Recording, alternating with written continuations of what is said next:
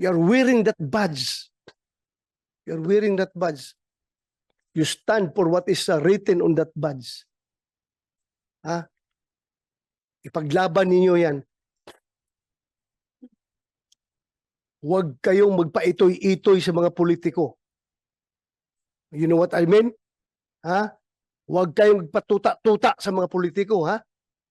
Ha? Yung mga politiko na yan, hindi yan nagtitraining. Ha? Kayo, nagtraining kayo. Yung sweat, blood, and tears ay nagsipaglabasan sa inyong katawan dahil sa training na yan. At gaganunin lang kayo.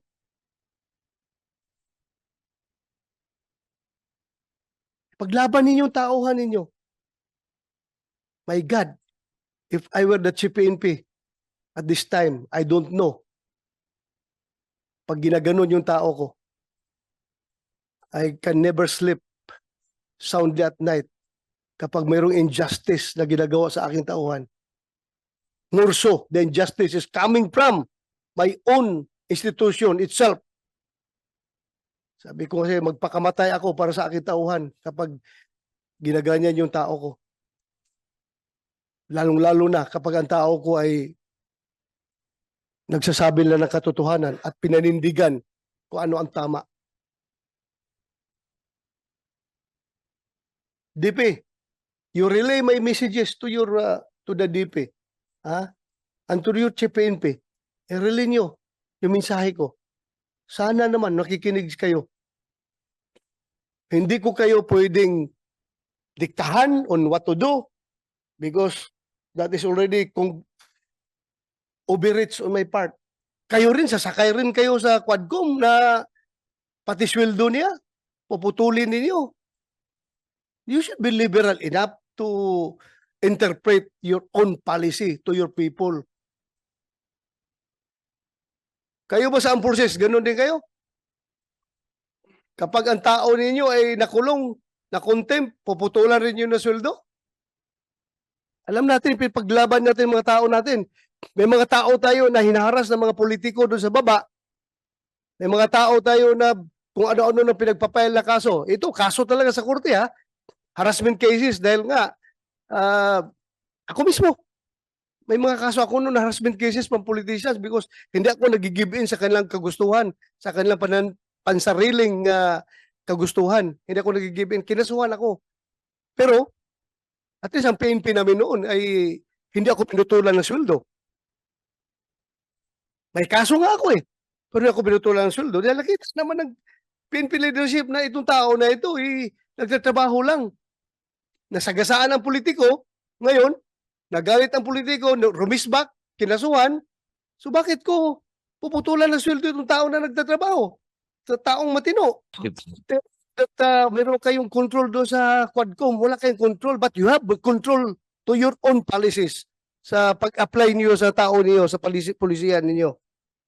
Yes, Your Honor. To that end, Your Honor, we have not, so far as Internal Affairs Service is concerned, we have not instituted or recommended as of yet, Your Honor, any disciplinary action on arising from the proceedings in the House of Representatives, Your Honor. Please tingnan ninyo mabuti yan. It's time for you to show to the world that the Philippine National Police is indeed an institution that takes care of its own people. Huwag naman ninyong ganyanin yung tao ninyo. Ikinungulong na nga.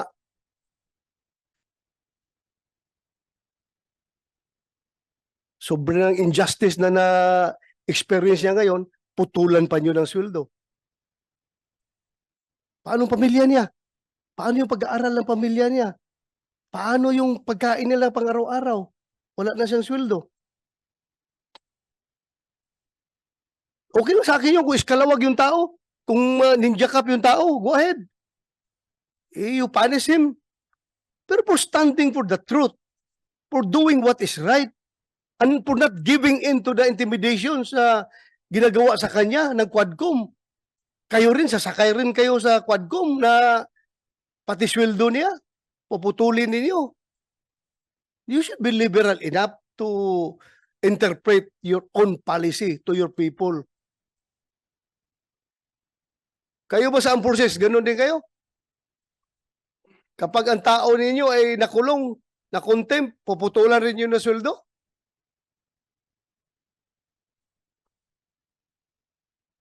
Anybody from the armed forces can speak up? General Mortelo, sir, from the Yes. AFP. In our case, sir, it's all based on the legal requirements of to discipline our people. So it's all within the bounds of policies within the organization. We have yung tinatawag namin, sir, na the right of the commander to institute punishment. So meron sa the AW 105, sir. So any commander, even down to the smallest unit, can impose punishments based on the to institute discipline within the organization. So hindi basta-basta. Meaning, the commander still has the discretion. Yes, sir. Yeah. Discretion, yan ang pinaka-magic word yan.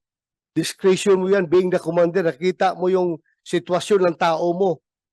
May discretion ka. Di ba? Yes, sir. Alam natin, paglaban natin mga tao natin. May mga tao tayo na hinaharas ng mga politiko doon sa baba. May mga tao tayo na kung ano-ano na pinagpapail na kaso. Ito, kaso talaga sa korte, ha? Harassment cases dahil nga, ako mismo, may mga kaso ako noon na harassment cases from politicians because hindi ako nag-give in sa kanilang kagustuhan, sa kanilang pansariling kagustuhan. Hindi ako nag-give in. Kinasuhan ako. Pero, at least ang PNP namin noon ay hindi ako pinutulan ng sweldo. May kaso nga ako eh. Pero hindi ako pinutulan ng sweldo. Dahil nakita naman ng PNP leadership na itong tao na ito nagtatrabaho lang. Nasagasaan ang politiko. Ngayon, nagalit ang politiko, rumisbak, kinasuhan. So bakit ko puputulan ng sweldo itong tao na nagtatrabaho? Sa taong matino. You have the discretion being the commander. And your discretion, using your discretion, you should consider always accomplishment of the mission and welfare of your men. Yung pagpuputol yun ng sweldo kay Grijaldo, what mission have you accomplished? Meron kayo mission na na-accomplish doon? Wala. Wala. Yun lang po. Nandito kayo mga pulis, makinig kayo. Nagsusuot kayo ng uniforme na yan. You're wearing that badge. You're wearing that badge. You stand for what is written on that badge. Ipaglaban ninyo yan. Huwag kayong magpaitoy-itoy sa mga politiko. You know what I mean? Huwag kayong magpatuta-tuta sa mga politiko, Yung mga politiko na yan, hindi yan nagtitraining.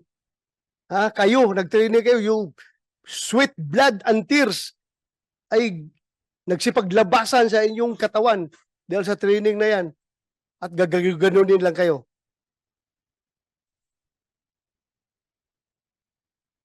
Paglaban ninyo, tauhan ninyo. My God, if I were the Chief PNP at this time, I don't know. Pag ginaganon yung tao ko, I can never sleep soundly at night kapag mayroong injustice na ginagawa sa aking tauhan. More so, the injustice is coming from my own institution itself.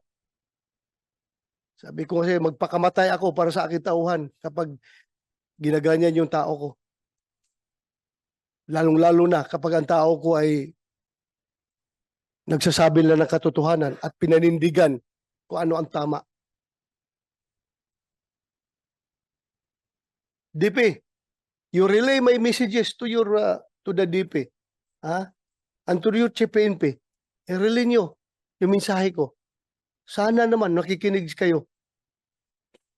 Hindi ko kayo pwedeng diktahan on what to do because that is already overreach on my part. May sarili kayong chain of command. Sundin ninyo. Pero sa akin lang, as may oversight function, nakikita ko talaga sobrang injustice na ginawa nyo kay Grijaldo. Paglaban nyo yung tauhan nyo.